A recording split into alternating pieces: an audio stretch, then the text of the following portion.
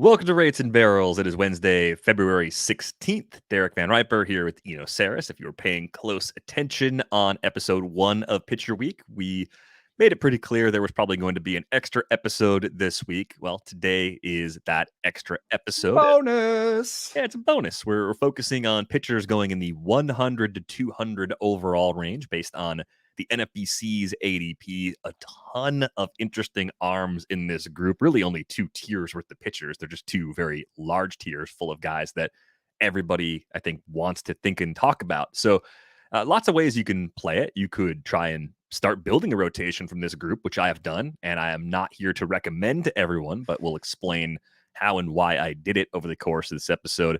But we're going to do as I do. Don't probably generally say. Yeah. I say to my kids all the time. Don't watch what I'm doing and copy that. Do the opposite of what I do. Learn from me. Learn from my mistakes because I will continue to make them.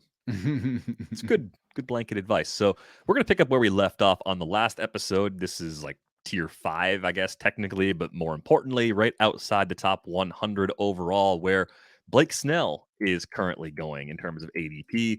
Really kind of a tale of 2 seasons. In the second half, he shortened up the arsenal and got things back on track, sort of saved himself from a disaster. Walk rate for the year was still very high. We know walks are generally going to be a part of the profile with Blake Snell. 12.5% was the walk rate, though, last season. Ruben Niebla is there as the new pitching coach. There's some optimism about the Padres pitching in general as a result of that. Plus, we're talking about a guy who's had a lot of success in the not so distant past. So are you in on Blake Snell as someone who might be a tick undervalued? Previously had some SP1 sort of results and gets treated more like a late 2, early 3 at this point. Yeah, no, I like him a lot. I just pushed him into the top 40 ahead of Luis Castillo, which he featured prominently in our first episode. One of the reasons I have that is because Snell is more your prototypical modern pitcher. His fastball with ride, good breaking ball, great strikeout rate, not great command, but a lot of that was tied into the changeup usage. What you saw in the last 5 starts was he tanked the changeup, got rid of the changeup. As you said, he slimmed his arsenal. And you saw immediately in the numbers a different Snell emerge. For the year, he had a 102 stuff plus, but in the last 5 starts, when he got rid of the changeup, he had a 110 stuff plus.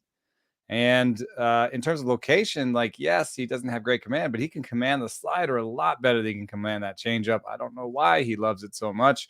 He made the right decision eventually, and even his location was average in the last 5 starts. If you take a guy who has 110 stuff plus and average location in a good park, then you start comping somebody like you, Darvish, who I have ranked ahead of him. Who else? Maybe like a Shohei Ohtani, even a Charlie Morton. That's where you start living if you're actually in a 110 with average command. So those are all guys that have good breaking balls and in and out command, but good parks and or at least neutral-ish parks. And so I think Snell is a guy that is one of those rarities where it's a decent price and there's upside still in there, which is what if he's that guy all year? I think the biggest question for me comes back to health. I mean, even in his great season in 2018, the sub-2 ERA, sub-1 whip, 221 Ks, he did that in 180 and 2/3 innings. So that was a relatively small workload for what he accomplished that year. In the years since, 107 in 2019, 50 innings, of course, in the shortened season, so you can't really knock him for that, and then 128 and 2/3 during his first year with the Padres. So we definitely have a workload concern as it pertains to Snell from more of a health perspective. I think from a how they use him perspective, even though they've got a deep bullpen, I'm not worried about him being someone who's frequently getting the quick hook by design. No, but I think the injury thing is really interesting. We had a question on Twitter about have these been means tested in the same way as projections, and I would say not really. And they probably wouldn't perform as well as regular projections because injury projections, there's so much that goes into it. And We don't have access to the information that gives you that kind of granularity that you might need to make a really good comp in terms of like what exactly was wrong. For example, someone shared with me a piece, a listener shared with me a piece about Shane Bieber from the excellent Dr. Nick Savali about how Shane Bieber's specific injury was not one to necessarily worry about as much. That it sounds bad because it says shoulder in it, but it's really the subscap I think he was talking about, and it's something that isn't. It's not like a rotator cuff labrum type injury. It's a muscle injury. That's painful, but should have good recovery status to it. So I'm thinking about moving Bieber up, but without that granularity, we're kind of reaching in the dark a lot of these times when we do these projections. However, I'm using them anyway as a bit of a guide. And here's my, comparison to hitters. So with hitters, you kind of want to protect your batting average, over the course of your draft, because it allows you, like we've said, more options later. There's more things you can do later, and batting average is a tough thing to protect. In today's league, the batting average just goes down and down and down. So, it's hard to kind of protect a 270 batting average, as hard as that sounds, as crazy as that sounds. In the same way, I think injury in pitchers is kind of the same thing. You'd expect like maybe ERA or something. No, I think it's easier to project ERA.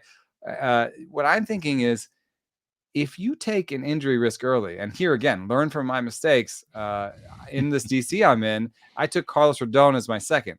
It's mostly because of some stuff that happened with Alonso falling too far, I thought, and people sniping me on guys like Shane McClanahan, other guys I would have rather had a second. Here's the problem with Rodón, taking Rodón second.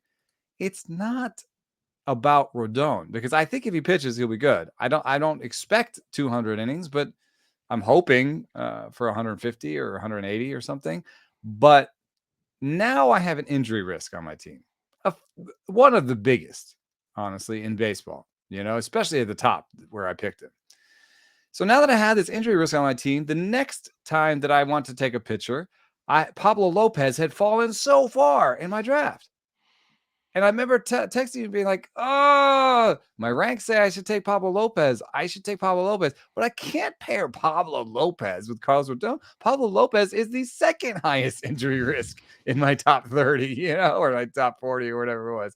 So I was just like, well, I took Logan Gilbert. I took the fresh arm. And I missed out on like 30 points at ADP where that I thought Pablo López had fallen so far. So that's something that you have to think of. I think you have to think about it. And if you take Jake DeGrom first, congratulations. He's the best pitcher in baseball.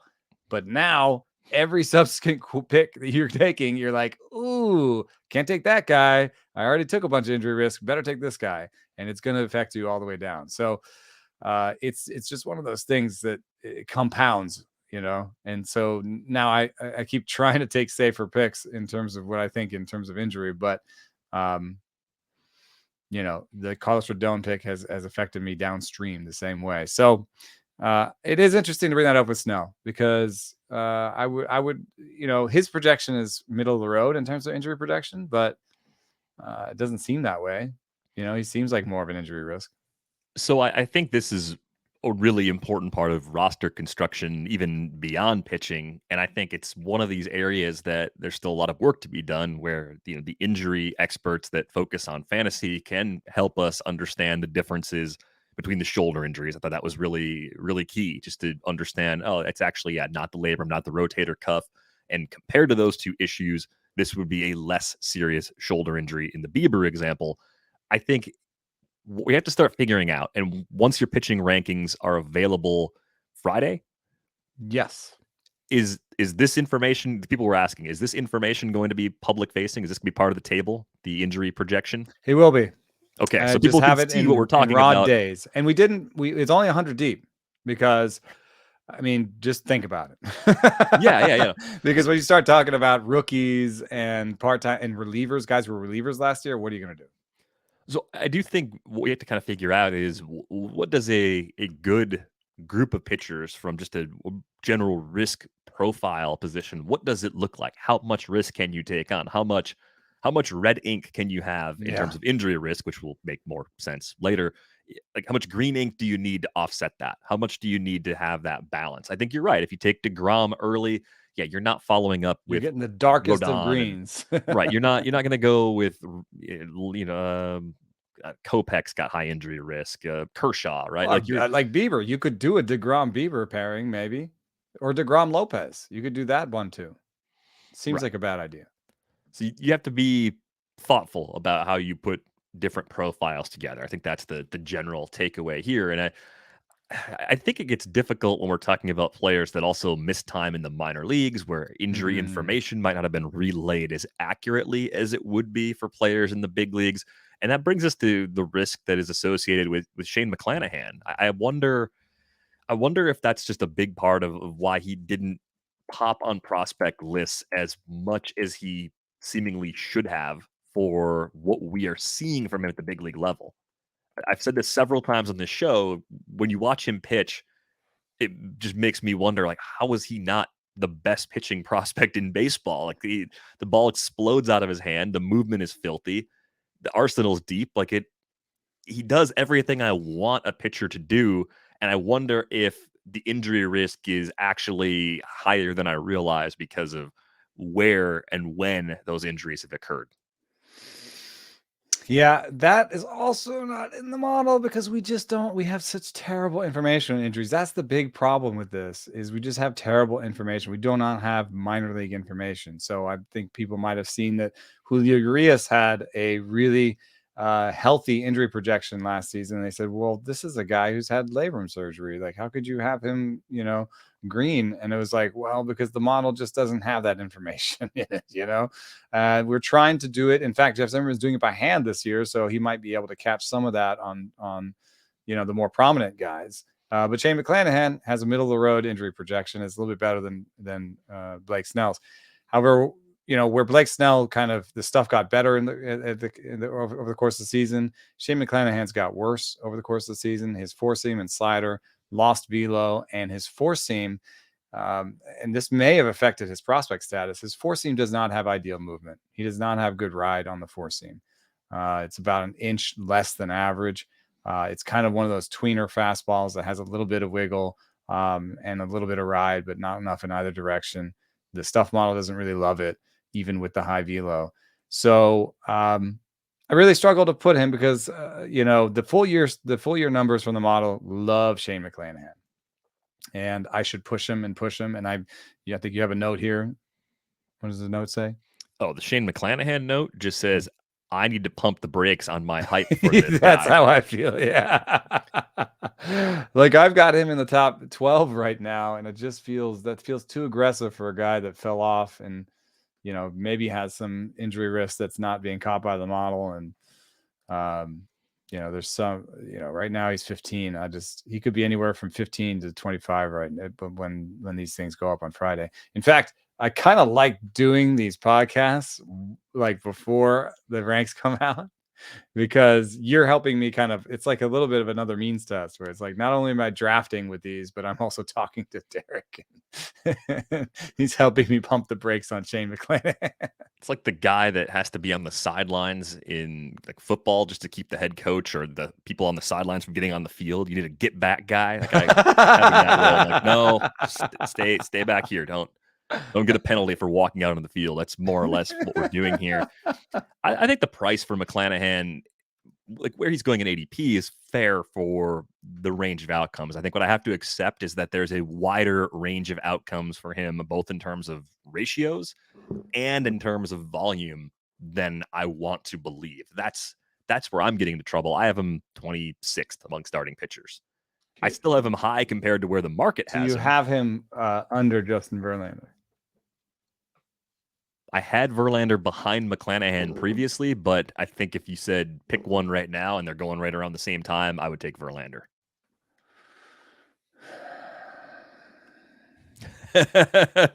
Are you on board with that? That's okay if you're not. I would love to hear your. I had him case for ahead. McClanahan. Right now, I just pushed McClanahan to right below Verlander at 19. It's more in line with ADP. And sandwiched between the Shohei Ohtani, who I don't know how to rank for other reasons. I mean, he's also a hitter. Anyway, we are both love McClanahan and probably the best out of any of these guys in this tier. Okay, fair assessment. Now, right next to him, Carlos Rodón. The ceiling is a lot higher than I thought it was. I thought because of the long-term health issues that he's dealt with, that he just wasn't the guy that he was early in his career anymore. And he proved all of us wrong. Anyone who thought that, I think the results last year were incredible. I think I have a hard time shaking off all of the cumulative wear and tear on his arm that kept me from even taking a flyer on him a year ago. I mean, he was free in drafts last year, and I just thought he was so hurt that it didn't matter. And I guess the question is pretty simple in this case. Where do we go from here, both in terms of workload and in terms of output? I mean, the strikeout rate was off the charts good, 185 Ks and 132 and 2/3 innings, a 2.37 ERA, a 0.96 whip. He never had put all the pieces together earlier in his career, despite having the talent. I think it was hard to watch Rodón early in his career and say, well, this is it. This is all this guy really is with this arsenal. So this breakout happens after all these injuries, and even with it, he missed more time. I'm stumped on Carlos Rodón. Like I think you can justify him at ADP right now, and I'm choosing not to. I'm choosing to say, great. If he does it again, I'm excited for him. I'm excited for all of us who get to watch him, but I can't talk myself into even 3/4 of a season workload wise. And I can't talk myself into ratios that look anything like what he did in his amazing 2021 season. I don't know, man. I mean, the whole reason this, created this Stuff Plus model is to move faster and to capture stuff like this. And, he absolutely, at least for the full season, shoved when it comes to, stuff, showed a great improvement in the stuff. He has, the story to back it up in terms of, the kind of mechanical adjustments he made, and the velo tells a good story. And, I think I absolutely believe in his production when he's on the field. To me, it's just an injury risk and not a production risk. You've got him with elevated missed time, 36.6 days projected on the IL, which is comparable to Logan Webb. I think in my mind, Logan Webb is one of the bigger safer. ones in the top 30, though. Yeah, one of the bigger ones in the top 30. But I think this is why in your mind, injury risk is in your That's why quantifying it's so important, because I think we make these leaps. So we assume like, well, shoulder problems. Webb missed time with shoulder injury last year.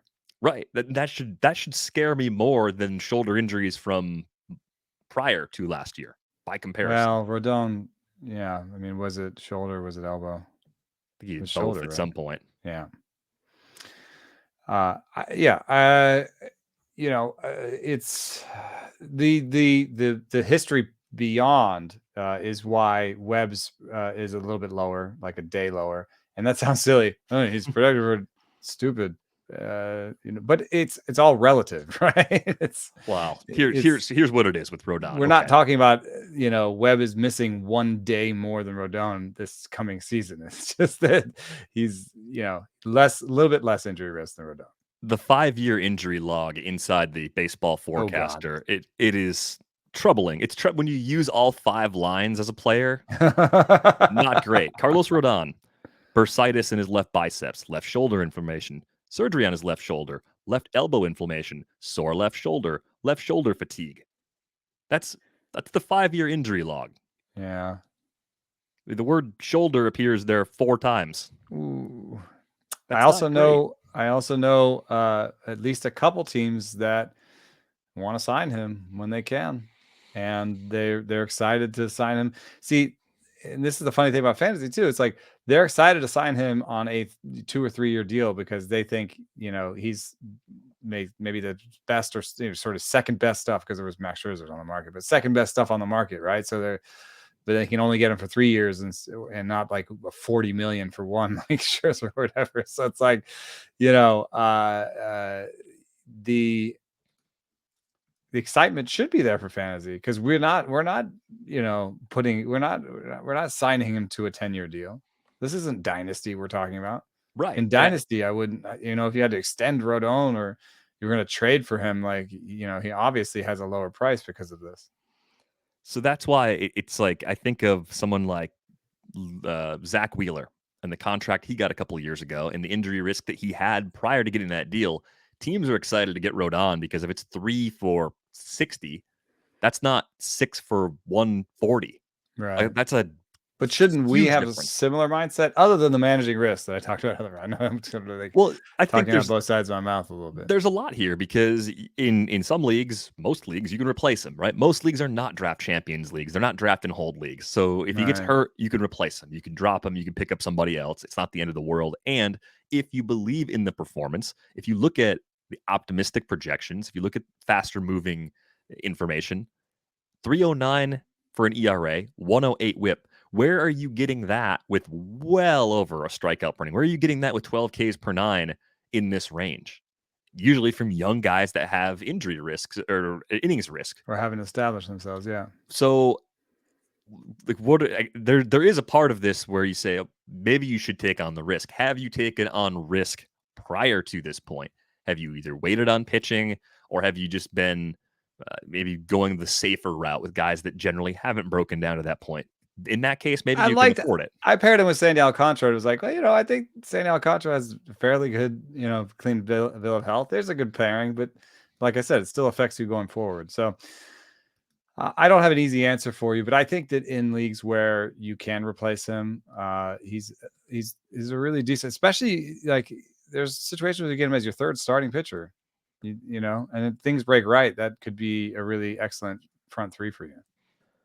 Yeah. All right. So I'm softening here. Like I think the Logan, the numbers projected injury wise for Logan Webb versus Carlos Rodón has made me at least more open to it. Similar injury risks ranked similarly to Carlos Rodón for me are in the model are Yu Darvish, Pablo López, Shane Bieber, and Jack Flaherty. Yeah, there seems to be a kind of a grouping there where it's like there's a top 20 where almost everything lines up. They look good. The numbers are good. They're in a good situation. And then the beginning of the 20s is everything looks good except for the health. Mm-hmm. Well, I think it's a good launching point into the next guy. Zach Gallen goes in this range as well. And I think his injury last year was one that wasn't necessarily as scary as it seemed. It was a fracture in his right forearm. It was like a bone injury as opposed to soft tissue. So I think that changes things a little bit, but he also has had an elbow strain. So, we have to account for that.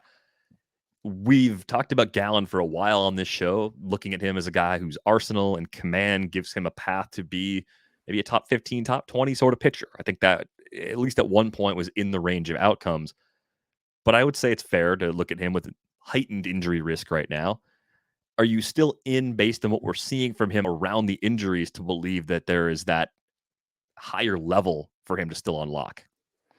I do. I think that it's going to come from trusting his breaking ball. One thing that he did that wasn't great last year was when he was in hitters counts, he just basically threw the fastball and became predictable. And that's I think a fairly easy strategy fix.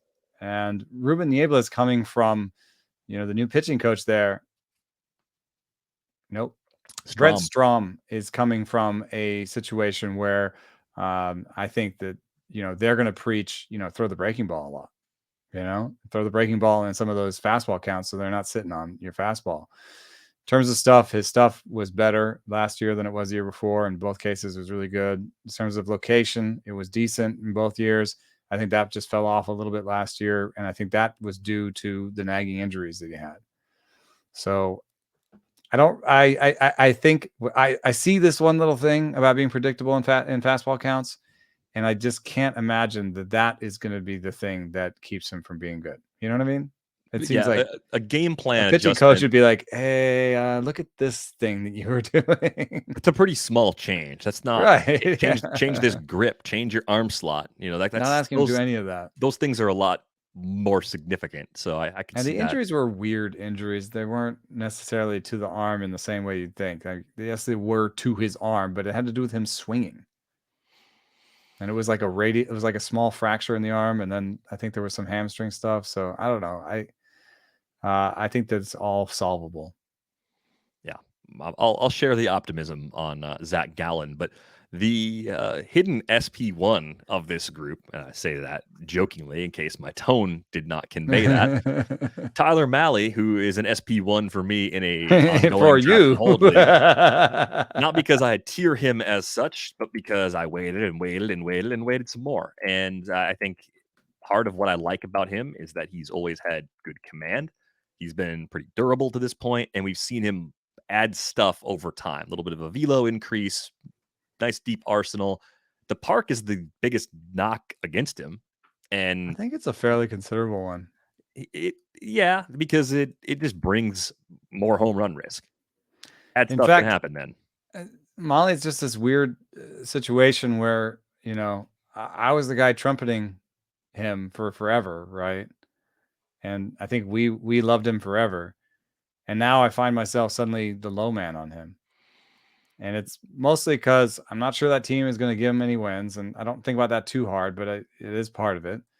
And I don't think that park is going to do him any favors. So I'm super happy that he is a credible major league pitcher when some people thought he wasn't. I'm super happy that I have shares of him in most of my dynasty leagues. And at this point, I think I'll have a lot of shares of him in my redraft leagues because I think that park means he's being overdrafted a little bit. Not necessarily saying that you did. I mean, projections are on your side on this one, so I love to fight with you and projections simultaneously. Oh, that's what I want. I'm okay disagreeing with projections. I'm okay disagreeing with you, but when it's 2 against 1, then I really look like an idiot who's just on my own island. Like this could be like the Victor Robles scenario all over again, but on the pitching side. But the reason I think it won't be is because we've seen an increase in K rate. We've seen good walk rates, if not, they're not great, but they're good enough. And I think the career home run to fly ball rate, 15.8%, is a bit lower than what we saw in 18 and 19 when the home runs were more of an issue. Right. Mm-hmm. I mean, I think he had a stuff changed since then. I mean, he really developed. He's a different guy. And I wonder how much the pessimism within the projections is still snagging some of the 2019 issues that really shouldn't be problems for him at this point, given the changes that he's made. That's my best case for him. But I think more in line with a good, durable sort of grade at this point. Maybe I overdrafted him. Maybe my expectations are too high. But I think there's a way to take a guy like that as your first, back him up with several other pitchers, and come away with this mix of tantalizing upside and risk and stability, and maybe just maybe live to tell the tale. I think it includes going after someone like Nathan Eovaldi, who straight up I do like better than Tyler Mahle, by the way. I think Eovaldi's getting the age. Same problem, though, man. Bad injury history discount on Eovaldi, too. But I think we're doing pretty well getting him where he's going right now, given what he does on a per inning basis. But then people are listening are saying, wait a minute, you have faith in Nathan Eovaldi being healthy and effective with his injury history, but you're not on board with Carlos Rodón and what he's done. Like these guys are similar, I think, in terms of their overall risk profile and what they bring to the table. And I think with Rodón, we saw a level that we haven't actually seen from Eovaldi over 100+ innings in a season. Yeah. I mean, to me, it's a park. I think it's a park situation at this point. I see the growth within him that you can see in the strikeout rate and the changes in his pitch mix and basically the improvement he's had as a pitcher. I think the park is masking the fact that he's probably like a true talent 3.3 ERA guy, or maybe 3.5 somewhere else. But in Boston, I think that the cap is sort of 3.75. That's where he's been the last 2 years. I wonder if he's out of that TJ honeymoon at this point. And we also have that 2019 where he really didn't pitch that much. So, and he ended up kind of being a reliever. So yeah, how many injuries, like what's the over under? I mean, I know that his projections vary from 150 to 180 basically. So projections are not a super help, but what is the over under for you on Eovaldi innings pitched this year?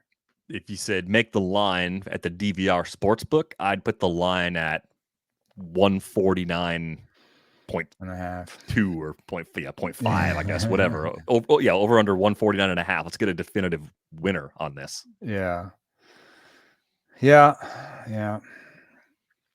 But in this range, how many pitchers? I mean, just looking at Snell, McClanahan, Rodón, Gallen, Mahle, Eovaldi, other guys in this group, Framber, Valdez, Chris Bassitt, Shane Baz, Sean Manaea, Pablo López, Luis Garcia. How many guys in this group would you say you'd confidently project for more innings than that?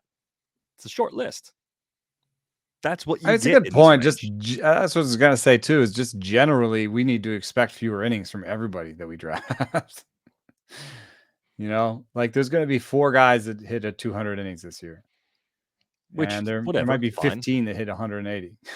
Yeah, so it's just shifted down a little bit, and it means 150, relatively speaking, isn't as bad as it used to be. If that's where you think someone's going to land, it means 125 isn't as problematic as it used to be. So that's a change. I mean, I'm in on Eovaldi. I think the thing that I'm struggling the most with pitcher health, if you can't tell already by the tone of this episode, is flipping the switch on when I trust someone who's dealt with a lot of injuries. I did not trust Eovaldi going into last season. Mm-hmm. There's some kind of threshold in my head, and it's probably some kind of logical fallacy. I mean, there's the recency bias. Maybe it's just recency bias. It's interesting in health though, because it's like, is it recency bias or is it the fact that he's been healthy recently? Like, I mean, is there some value to knowing? Like, I think it's meaningful I think the difference between the 180 plus that we got from Eovaldi and the 130 that we got from Rodón, I think that's actually kind of significant. I don't like, reduction to absurdia, when you're arguing. But if you, in this case, like think about it, like what if he got hurt yesterday? Right? Like then it would be more meaningful than if he got hurt 3 years ago. Yeah. So, so I know it's recency bias, but it also, there's meaning in there. Recency bias when it comes to health seems a little less problematic than recency bias when it comes to performance, doesn't it? Production, yeah. I just think there's healthy today is certainly better than injured today. Right. Therefore, like, would you healthy yesterday is better than injured yesterday. Injured. Yeah, Carlos Rodón might be currently injured. Rodón came back and pitched, and he threw 96, so that's part of why I drafted him. Eovaldi has been healthy recently. He has pitched more than 149.5 innings 3 times in his career. One of them being last year. Pitchers and pitcher arm health is just strange. And I think we're in a time where a lot of things are changing about the way guys train, the way they can take care of their arms and possibly change their fortune. I guess maybe that's why I become more optimistic as we see a larger volume of innings from someone who's had chronic injury issues. So well, we just also recorded The Athletic Baseball show, the 3-0 show. With Britt, we've got a name where we're over on the other. If you're not watching us on YouTube, you can catch that one on the Athletic Baseball show stream there. And we talked about how there might be an added injury risk this year due to the sticky stuff enforcement and due to the weird training methods that kind of mirror COVID in that you don't have an end target date as a starting pitcher. You don't know when you should be ready to throw 5 innings. Right now because of the lockout. So I don't know if that, it's hard to say. It's kind of, yes, you want to keep your nose clean and pick guys who to keep, if everyone's going to be injured, then you don't want to pick a guy who has injury risk to begin with. However, at the same time, we don't have injury updates on all these guys, and you might be picking a guy that you think is super healthy and super great, and in 2 weeks, they sign a deal and you find out that he's been dealing with elbow soreness all offseason. An example, we were talking about having a profile across the board, a portfolio of pitchers whose injury risk makes sense. I think I pushed this too far in the weight on pitchers league. It was Mahle as my SP1 in the 10th, Luis Severino in the 11th, Clayton Kershaw in the 12th. No. Jose Urquidy in the 14th. Oh my God, Urquidy has a 51-day projection. Noah Syndergaard in the 15th. Oh my goodness. John Means in the 16th. He has a high one too. And Luis Patino in the 17th. Oh my goodness. Hey, don't worry. I'm going to get a bunch of Reed Detmers and Mitch Whites and guys that have low injury risk later. I'm going to go high skills, high injury risk with the early pitchers, and then I'm going to go crap skills with low injury risk late just to have people. Listen, I'm in the middle of the draft and some of these guys are freaking listening, so this is a bad idea. But I will tell you this. I know you're joking, but I do think there is a little bit of strategy, and it's this. 6 starters will pitch. 6 and 7 starters will pitch. So there are some late pitchers that look like, why'd you draft that guy? He's not even in a rotation. That's not going to give you innings. That guy's not. He is going to give you innings. If you can identify 6 starters, and I think you can. I mean, there's depth charts, but there's also just thinking about teams. Then you can actually be drafting safe innings late. That's what I'm hoping to do. I don't know if I will execute it. It's the 6 starter plan. It's the, if he's healthy, he's in Ace. And then I've got a bunch of 6 starters. Back at the beginning of this, when I was just going, I do have one closer early, Ryan Presley, but it was all hitters otherwise. Someone said, what pitchers are still out there? And I screenshotted the draft room. It's just like the list of pitchers sorted by ADP. And the response, I could hear it in my head. It was just like, oh.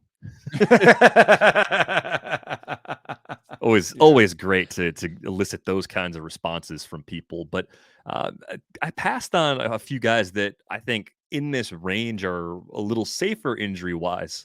Framber Valdez, I think, could be a workhorse, in part because he's an extreme ground baller. I think there's some slight worries in 2021 with the K rate coming down and the walk rate getting back up a bit from where it was in the shortened season. But even with that sort of correction for him, Framber's walk rate was better in 2021 than it was in 18 and 19 as he was breaking into the league. So I do think there's some skills improvement there. And what we see in the projections is a guy that has a mid to high 3s ERA, but a surprisingly bad whip to go along with it. Mm-hmm. And I'm not sure that's exactly who he's going to be. I think there's a little bit of movement there for me because I think his extreme ground ball tendencies give him a decent chance to beat his whip projection relative to where it should be with his walk rate being pretty high. There is a link within the research that was conducted to create Sierra Skills Interactive ERA on Fangraphs. There was a link that found that once you get over a 60% ground ball rate, you're tied to lower batting averages and balls in play. That once you kind of create such an extreme negative launch angle, that you actually start to have to carry lower BABIPs. And it's surprising to me to see how high his Sierra is now. Looking at it, was 379 for last year. And also to see that every projection system projects him for over a 300 BABIP, or equal. Last year he had a 270 or 268 BABIP. That seems believable, actually, given the number one ground ball rate that's been put together in like the last 50. I think he had last year the number one ground ball rate for 100 innings per plus in the ground ball rate tracking era. I think because he's a lefty with the Astros, I just go back to Dallas Keuchel. Dallas Keuchel, yeah. What could peak Dallas Keuchel do for us, and how did he perform compared to some of those indicators? Yeah, the 2016 was a strange year where he beat his ERA by 3/4 of a run, but the ratios were bad. I mean, up and down. I think is part of it because a lot of balls in play, right? So weird stuff happens with balls in play. He had a lot of sub 300 BABIPs during his peak. Yeah, I think that is the surprising part of the projection for me is that they're angling back towards the 19 and 20 BABIP as opposed to the more recent one, which, given his profile, I think the 2021 BABIP makes more sense as what he's likely to be in a typical year. So a little surprised I passed on him just because I think he, along with some of the riskier pitchers I took, would have been a nice way to go. I think that was probably a mistake. Does Chris Bassitt belong in this conversation as well? He's kind of aging like wine, apparently. Career best skills at age 32, could be on the move at some point, maybe mid-season. We talked about maybe the lack of trade value, leaving him in Oakland at least until we get to July. And maybe the 2019 skills are more in line with the projections. And I don't know, does he just need to avoid bad home run luck to be profitable again this year? Because it seems like people aren't that excited about him. Yeah, he has this ongoing kind of online, no, not feud, but semi-feud with the analytics crowd that doesn't like the ride or spin on his four seam. But one thing that is kind of cool about him is that he releases his four seam from such a low point. It's kind of a drop and drive guy that he actually, even though it doesn't say he has good ride, he actually has decent ride. It's a little bit like the Luke Weaver phenomenon, where it's just hard to see his fastball because of the release point and the ride combination. So despite not having great spin or great ride, the Stuff Plus model says it's pretty close to league average pitch. And that there is actually some upside in him if he were to consider throwing all the breaking balls more often. So that's an interesting thing to me because Chris Bassitt could leave Oakland and that would affect a good deal of his value, I think, because it does suppress homers and it's a good place for him to be. But he could also get a different pitching coach, and the different pitching coach could say, hey, let's do cutter, slider, curve. Let's do a lot of those, and let's turn this four seamer into a little bit more of just a whiff pitch. Although it's already kind of there. Let's play around the pitch mix more. And I could see this pitch mix in a different park kind of leading to similar results in a weird way where things are regressing in different directions. And it still turns out with Chris Bassitt, $10 pitcher at the end of the year. So I do like him, even with, I think there is some risk about what happens if he's traded out of Oakland. Yeah, I think if you get him into an organization that is good at making adjustments, he could end up being the same guy or even a slightly better version of who he is right now. If he ended up on a team that doesn't change pitchers as much and it's a more hitter-friendly environment, you could see the ratios take a pretty quick turn and some of the concerns maybe come to life. So really curious to see where he eventually ends up. Yeah, I talked about it with him and told him, this Stuff Plus model thinks your curveball is your best pitch. This is a curveball that goes like 72 miles an hour. It's just a big old huge curveball. And he was like, I just think that if I threw it more often, people would sit on it and it wouldn't be as good. But supposedly the Stuff Plus model is agnostic of that, I mean, there is going to be some effect. Cameron Grove does some really good research at pitching_bot on Twitter. And he showed that the third time through the order thing is actually due to familiarity with pitches. He can actually show that because stuff doesn't fall off, location doesn't fall off, and production does. So that tells you it's not the stuff that's falling off in the third time through the order. It's the familiarity with the pitches. So I guess there is some sort of familiarity effect. However, he throws the curveball so infrequently that I think that he could get a lot more value out of that pitch by just throwing it more, and they still wouldn't sit on it. I mean, I think you have to throw something like 40% of the time before people are sitting on it. You know what I mean? Yeah. Like if you throw something 15-20% of the time, then they'll think about it a little bit, but sitting on it, gambling it had to be a pretty bad pitch for when you make a mistake with it. You see 4 pitches on average, right? So if I'm going to say I'm going to sit here and wait for a curveball, and you throw it 15% of the time, I'm going to need 2 plate appearances before I might see that curveball. Right. There's only a 50% chance you're going to see one within any one of those plate appearances. Yeah. So I think he could. I think Chris Bassitt versus analytics. I think that a more analytically minded pitching coach could actually get a little bit more out of Chris Bassitt's entourage of pitches. Let's bring it back to me doing stupid things in drafts because that's a Oh fun my thing God. to I get don't know excited where to about. put this guy. I love him so much. Shane Boz, I think so.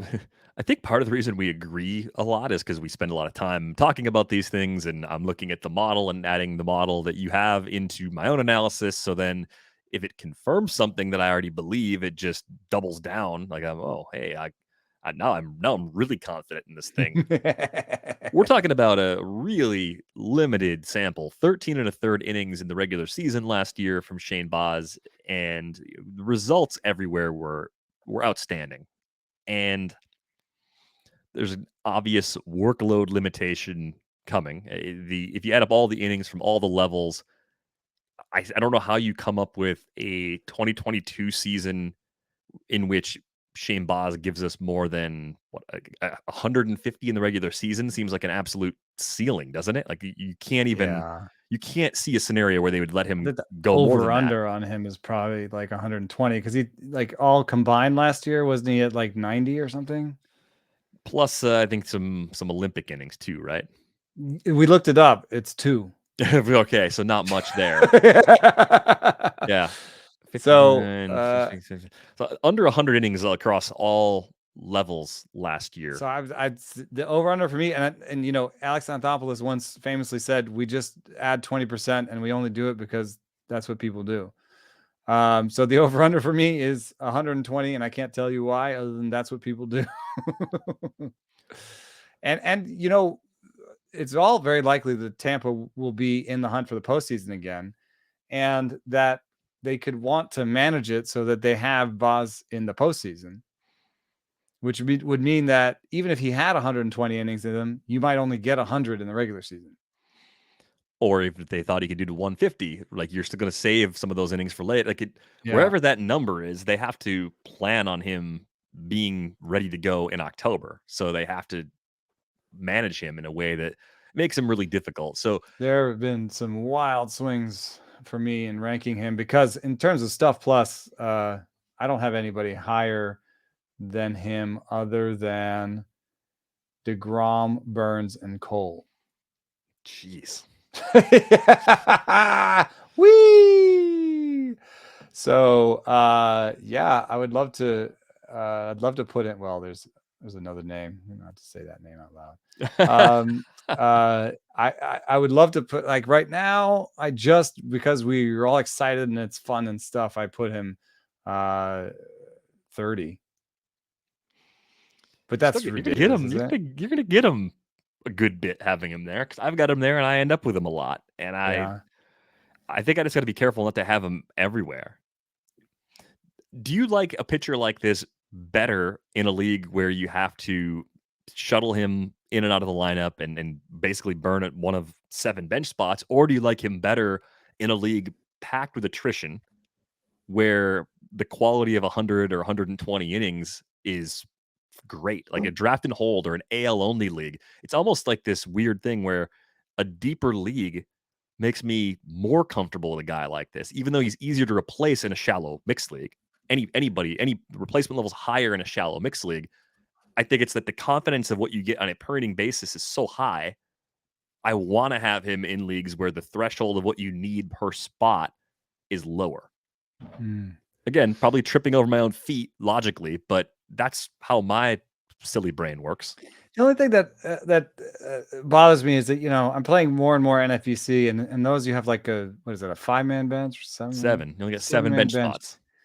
So then you just know that Boz is going to be in and out of one of those spots. So you kind of just dedicated a spot on the roster, in the starting roster and in the bench. You know what I mean? Like, you kind of, it's almost like he's taking up 2 spots. Well, yeah, because you have to expect either an early season demotion so they can just monitor his innings, Long or all-star break. bullpen, or just this. We've gone through this with so many players before. It changes a little bit of what you can do with the rest of your roster. It just forces you to plan a little bit differently. I think he might be worth it, again, in the sense of where he goes, and the trouble could actually pay off. But I just think you could put yourself in a little bit more of a roster crunch than you realize when you're turning to a pitcher whose season shape is going to be a little bit unusual, the way Boz's season shape will probably be this year. I have utmost confidence in his abilities, though. So, and I do kind of, because I think that our injury projections are not as good as our projections, which are not as good as they are for bats. You know what I mean? Our injury projections are worse than our pitcher projections, which are worse than our batter projections. And that all leads me to this generally just wanting to draft talent when it comes to pitching and figure the rest out later. It does get me into trouble sometimes, like taking Carlos Rodón and so on and so forth. Yeah, that's how I ended up with a big pile of injured guys in that draft champions league. So I think I'm like reluctantly in on Boz, but just not without the understanding of how it does impact some of the things you can do on the roster in leagues with really tight benches. Let's talk about Sean Manaea for a minute. I know your model, at least for a little while, was not particularly high on him. There was injury risk from his time as a prospect in his early career that kind of lingered there too. Have you moved on Sean Manaea a little bit compared to The where you model were a year or moved. two ago? The model moved. I don't know if it was finding some seam shifted wake or something. But he's now got a 103 stuff and a 103 location. That's decent, man. What's the comps like in his range that have good location and good stuff, but not elite of either? Somebody like John Means, Marcus Stroman, Luis Garcia, a lot of guys. Luis Yeah, there's plenty of Garcia, pitchers in this range that Frankie have that. Montas, even is like profiles so much. Gossman, Barrios. I think he's kind of like a Barrios, Just I know that there's a term on another podcast, the Toby The from the Toby. pitchers list.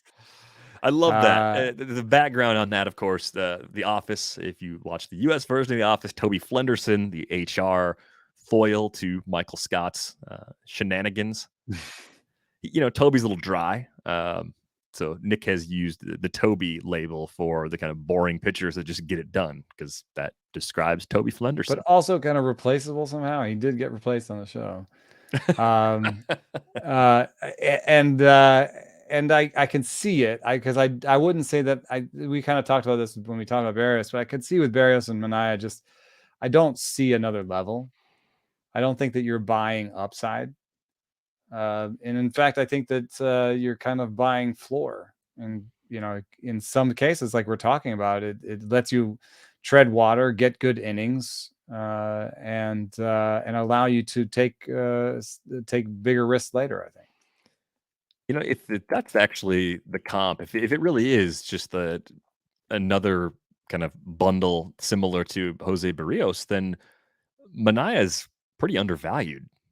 He'd be the kind of guy that if you pulled the wait for pitching approach, you'd definitely want to seek him out, and he may even bump him up around. I'm looking at the auction calculator, running the bat for a 15-team league, looking at the starting pitchers. Manaea comes out 14th in dollar value with that setting. I mean, that's not even it's way above where he's going in terms of his ADP. So yeah, he projects to have more value than Lance Lynn.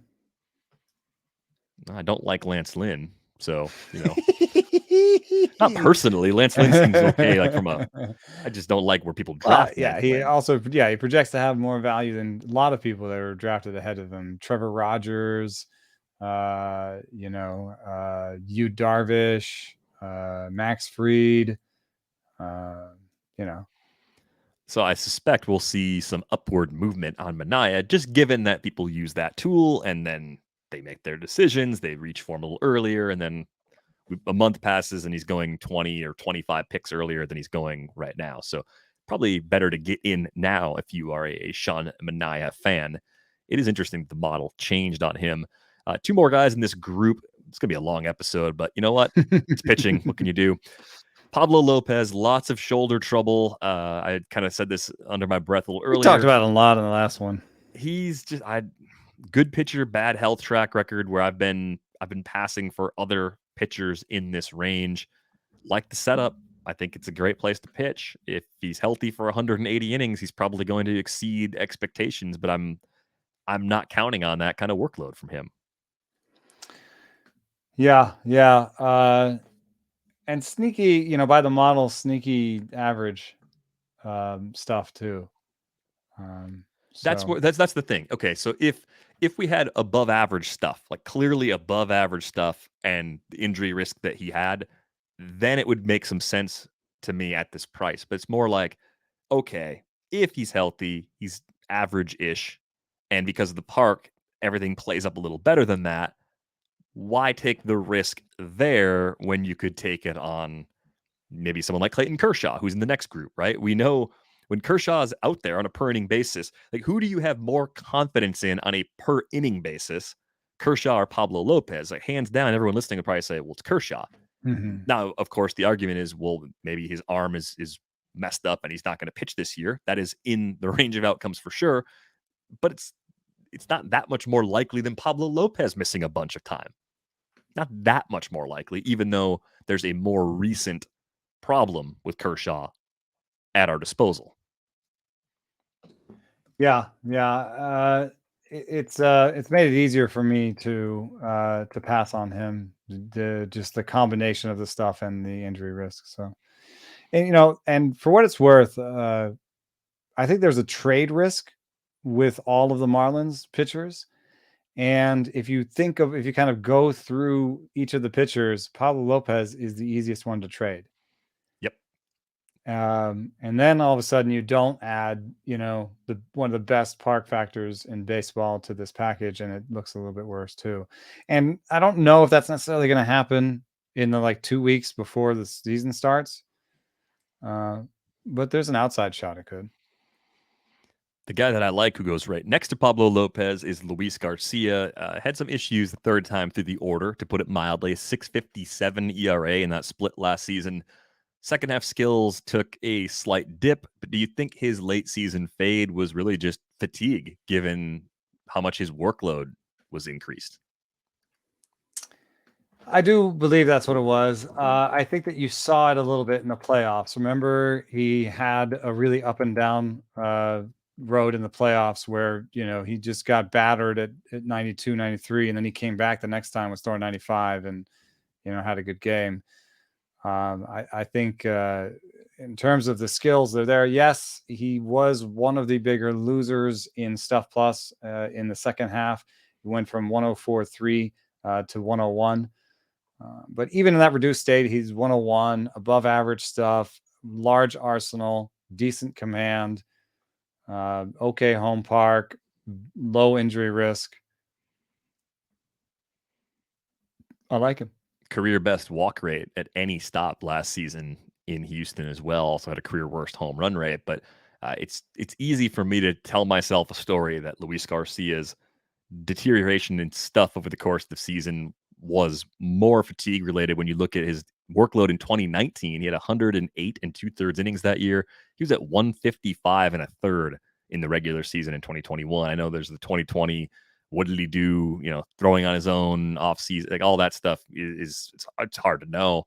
But I could very easily convince myself that, yeah, he was just worn down in August and September. And that was a big part of why things weren't looking as good. Moving on to the 150 to 200 range, this group, I'll run through the names, includes Erod, Ian Anderson, Logan Gilbert, Michael Kopech, Lance McCullers Jr., Ranger Suárez, Clayton Kershaw, Sonny Gray, Luis Severino, Marcus Stroman, Tarik Skubal, and Mike Clevinger. This is a fun group of pitchers. This is a group of pitchers that you can dream on or that have been really good before. What do you like about this cluster of pitchers? I mean, I think it's really kind of choose your own adventure. What do you need at this point? Do you need ceiling? Do you need floor? Do you need to take a chance on an unknown that could actually be really good? That's kind of where I think Ranger Suárez falls. I think that's actually where Kopech falls, even though the stuff model loved him working mostly out of the pen, because you're wondering, how well does the arsenal hold up? How well does the command hold up if he's a full-time starter this year? Yeah. It's definitely one that I'm shopping in. In that league where I have Rodón as my number 2, I got Logan Gilbert as my number 3. If I'm going to make a case for Logan Gilbert, it's that he has a plus fastball. The changeup developed and got better over the course of the season. And though the curveball is bad, actually, there could be a little bit of a change in philosophy, maybe throwing more sliders, fewer curveballs. He could end up being just a fastball slider guy, and that could be better than where he was in his rookie season. But I just see a lot of hope. It's very, very few people actually have like a 103 stuff plus fastball. He has the prototypical modern fastball, ride, velo, and command. And I just think that's a really good place to start. I know the secondaries are kind of in and out, but he's working with the major league pitching coach now. He's seeing what works against major league hitters. He's developing those things over time, and I think the floor is pretty decent. Which is, I think that they're going to leave him in the big leagues for most of the season, even if he gives me a 4.2 ERA. Most of the season, I don't think he's an injury risk or an innings risk. He could give me a lot of strikeouts, and there's always the ability to do better than that. And that's something I'm looking for in this group because, somebody like Ranger Suárez, I feel like he pitched to the top of his abilities. And I think you're buying what he's already done and not what he can do in the future.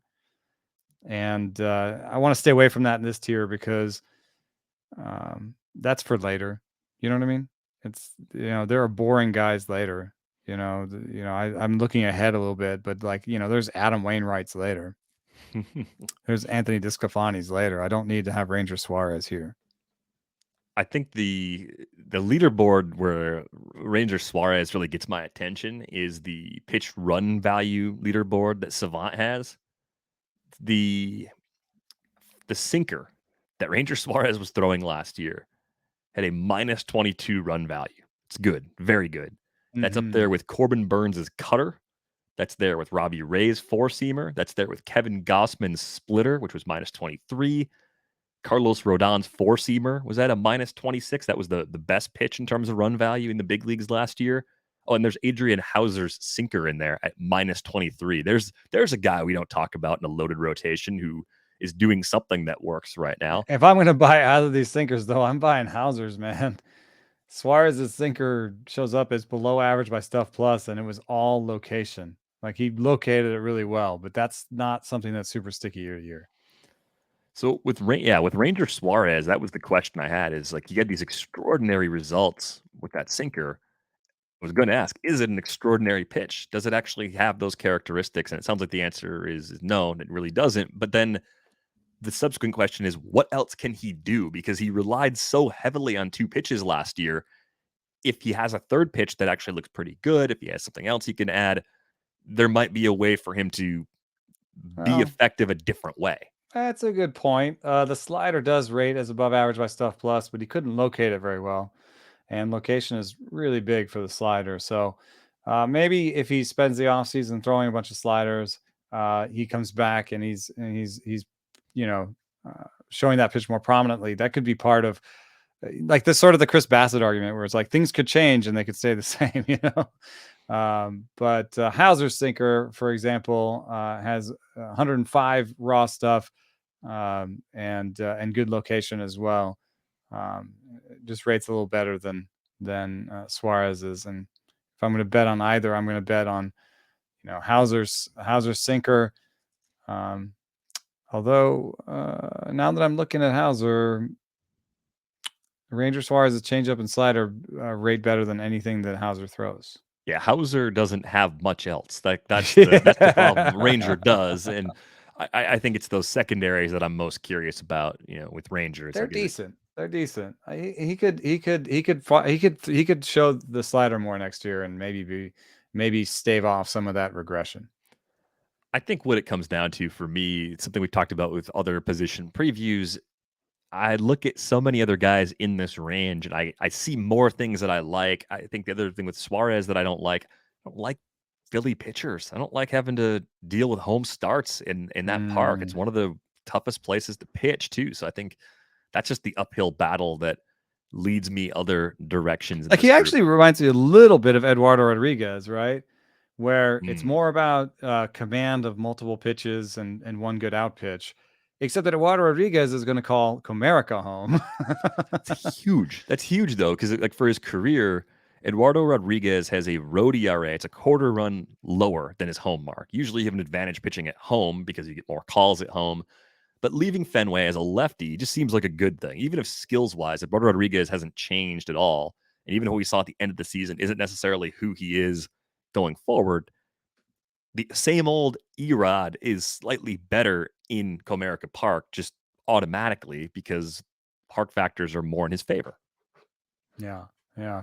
If I'm going to make an impassioned plea for someone that I think is both boring and has upside, which is kind of a rare thing to have in this tier, as you heard from sort of, you have the Clevinger, Kershaw, all these guys were, they're exciting. Kopech, they're exciting, but the downside risk is fairly considerable. And then you have some boring guys like Rodriguez and Suárez. Those are fun.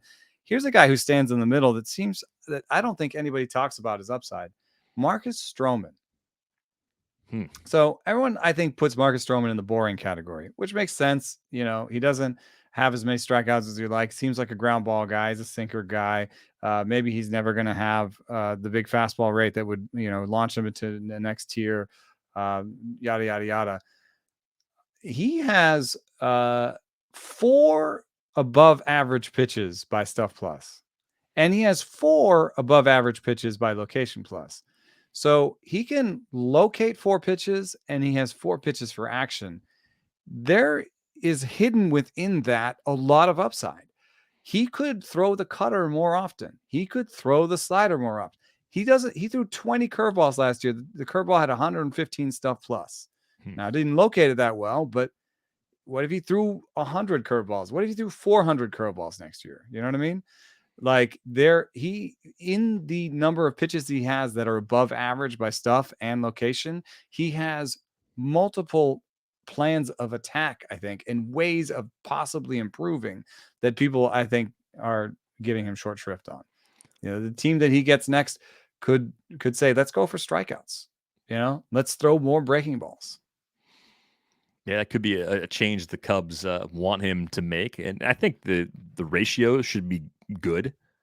It's There'll be a interesting lot that of cold Wrigley days early in the season. I think he'll start off well.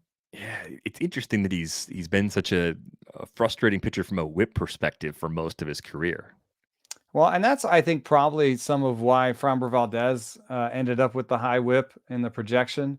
Is that I think if you're not striking guys out, then you're allowing balls in play, then the assumption is that your whip isn't going to be great.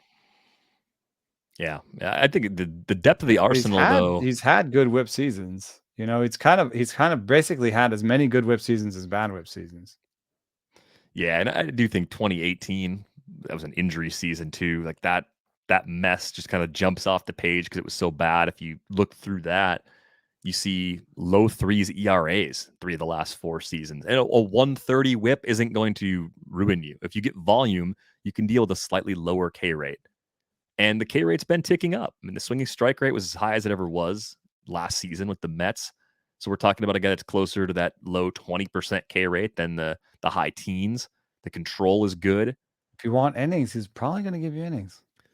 Well, yeah, you said earlier, I think 3 or 4 pitchers you expect to get to 200 innings. I think Stroman would actually be a pretty good bet. If you were going to make a ridiculous bet on anyone getting to 200 innings, he'd be as good of a choice as any. 32 starts or more in 4 out of the last 5 seasons. He takes the ball every 5th day and pitches Steamer well. projected innings. Zach Wheeler, Sandy Alcantara, the only ones projected 200 plus. Garrett Cole, Walker Buehler, and Stroman is in the top 15. He's right there. Balances out more risky groups of pitchers, I think, pretty well. I think that's the other key. But even if you don't take a lot of risk, there's value where he's going right now. So definitely some other like him. Guys we've talked about today that are in this sort of top 20, top 25 in innings, kind of interesting considering what we've been saying about innings, are Chris Bassitt, Eduardo Rodriguez. I think those are some interesting names, and Framber Valdez. I kind of thought he might do well in terms of an innings projection, so that definitely checks out. I'm surprised Sonny Gray's not in there. One name that should make you think twice about everything I just said is Shane Bieber is projected for the 6th most innings in baseball next year. So it's gonna be interesting. Subscapularis. Lance McCullers Jr. goes in this range. Is that his new nickname? Subscapularis Lance McCullers? No, that's just thinking about the Bieber shoulder. McCullers really Jr. has a middle of the road injury day projection. That's surprising to me. The same as Alek Manoah and Zach Gallen. That's one of those. I don't. That doesn't sit right. Seems weird. Again, I don't want to fight with the models. I don't want to fight with the numbers. I'm not. I'll tell Jeff Zimmerman to his face. Did you hate him? You should. I would appreciate that. I'm sick of him beating me in fantasy leagues every year. Yeah. Well, in my head, I actually have McCullers right next to Blake Snell, and I think that they are super comparable. They both had pitch mix changes last year. There's reasons to love them both. They're both more injury risk than I think than the models are capturing. So I like both those guys.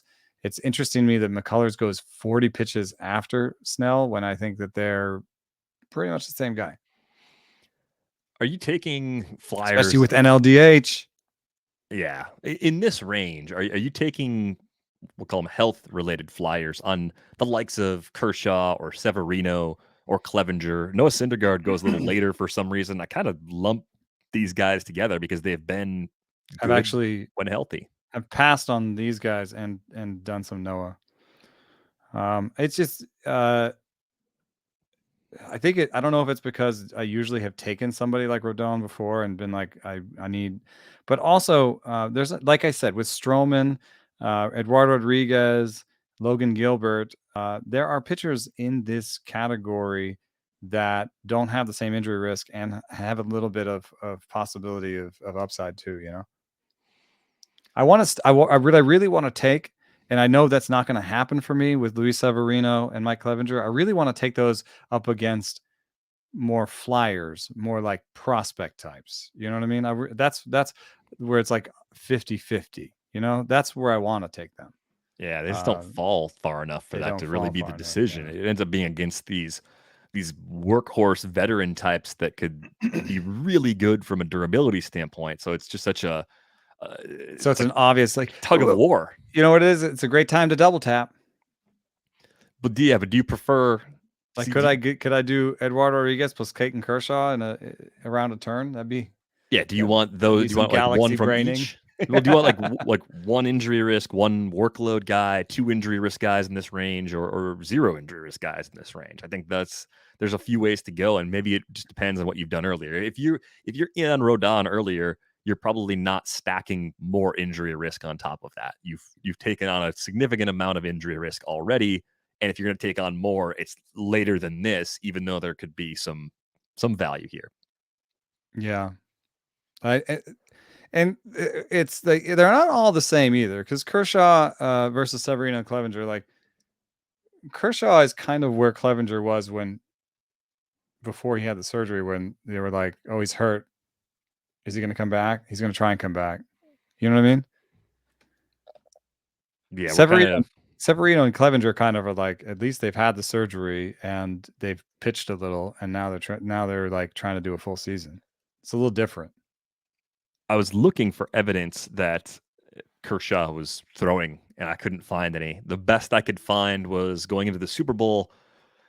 There was an interview. Anything? He was on the Dan Patrick Show because, of course, he went to high school with Matthew Stafford, and that's the only possible. Oh yeah, he was all over the Super Bowl. Right, so that's the link, of course. But they didn't ask him who's throwing. Well, no, ask him some hard hitting questions, man. There was a question about the lockout, and his response was saying, "Yeah, I hope spring training starts on time." And within that, he was not asked about his own health.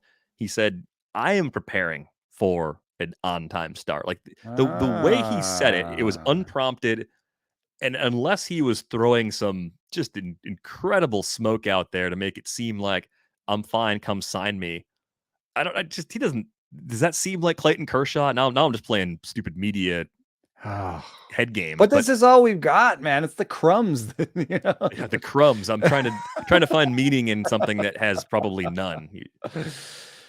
It's probably just as simple as Kershaw's got one of those joke calendar things on his desk, and it says it's February, and in his brain he's like, I should be at spring training right now. And he's not even thinking about why that might be different. The other thing is, like, he could just be preparing and, mostly throwing at sort of 60 to 80%,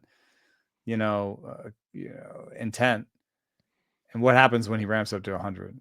Because we're in that sort of platelet, also the place where all those Angels were, where Garrett Richards and Andrew Haney and all them, they each got like platelet infusion trying to avoid TJ. And I think almost all of them got it. Yeah. So I guess here's the stance on Kershaw. This is an exercise in risk reward. This is the possibility of taking a absolute zero, because if he ramps up and feels like crap and needs surgery, yeah, you lose. If he ramps up, pitches a little, gets smashed, and has surgery, he did damage on the way out the door. That's not good either. Right. But worse than zero. He's by the same projections in the auction calculator that we were talking about earlier. The bat, looking at just what he's supposed to do if he is out there. Oh God, yeah. He's 11th in projection, and he's drafted as like the 50th pitcher off the board. And it's a little bit like the Carlos Rodón conversation we had earlier in the pod, where you say, okay, if he were healthy, he'd be going a lot earlier. Maybe the discount we're getting right now is an overcorrection, and there are some circumstances in which it makes a lot of sense to take that chance on Kershaw. That's why he's on Team Wile E. Coyote, as I like to call it, that I'm building, where it's like, hey, I might luck into an ace for 150 or 160 innings here. If I take a zero, it's okay. I'll draft a little more pitching. The way this team is built, other people in that range are taking zeros. They don't know it yet. Well, yes, like it's trying to get a better sense of the amount of risk that we're actually taking. That is a huge part of this conversation. I think it's an open question. I don't have the answer. I don't have some kind of path through this that is rooted in absolutes. It's more just saying, if we're willing to take a chance on Bobby Witt Michael Jr. Kopech. Well, I was just thinking about it like from a general risk profile side. Like Bobby Witt Jr. goes in the top 75 in a lot of drafts overall. Mm-hmm. I don't want to be the anti-Bobby Witt Jr. guy. Just think about it from what we know about him as a player, the types of adjustments it's going to take for him to be as good as he needs to be to return value in that spot. Think about that versus Clayton Kershaw 100 picks later, where if we have a healthy-ish Kershaw at this price, the payoff is huge. If we have just a healthy Bobby Witt Jr. who has to go through all the adjustments that young players have to go through, he could be healthy and still not give you what you need to return value at that spot. And I realize you take him because there's a possibility that he's a first or second rounder next year. I get that. But we've seen Kershaw return that kind of value on a per inning basis so many times that I don't want to completely turn away from the possibility that he could just do it again at a very discounted price. Thank you for coming to my TED Talk. Yes. I do think that there is a moment where it becomes clear to me what I want. Anthony DeSclafani or Clayton Kershaw? Right? I want Clayton Kershaw. Easily. Yeah. Anthony DeSclafani is projected for $0. I mean, I think he's like basically replacement level. So you think you could do that somewhere else? But let's just do this with the guys that he's going. The would you rather in the group is Ranger Suárez. No, that's not that far, dude. Anthony DeSclafani is 200. Right. Kershaw's 183. Kershaw can slide a little, but let's just say you're making this choice a little sooner. Mahle. You could do that, but there's probably about like 40 or 50 pick gap there. Kopech is the same sort of Kopech or Kershaw for this year only.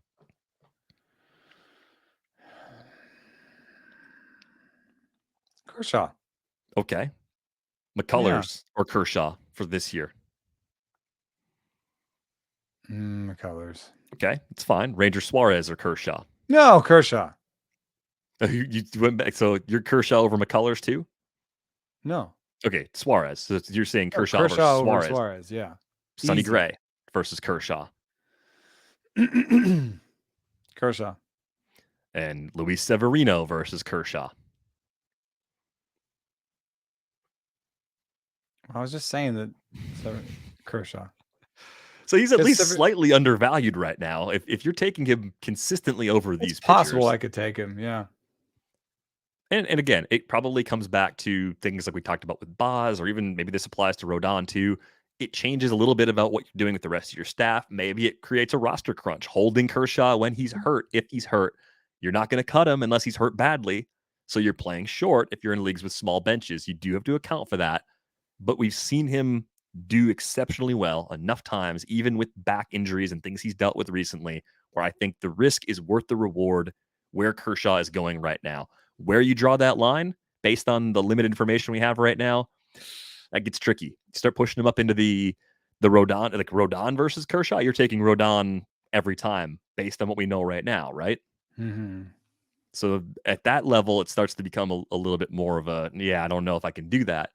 That's 2 or 3 rounds earlier than he typically goes. So yeah, like if I push him any further in my rankings, he starts hitting Nathan Eovaldi and Blake Snell and Sean Manaea, guys who I'm just like, I have way more trust in their ability for innings, and I don't mind their quality of innings either.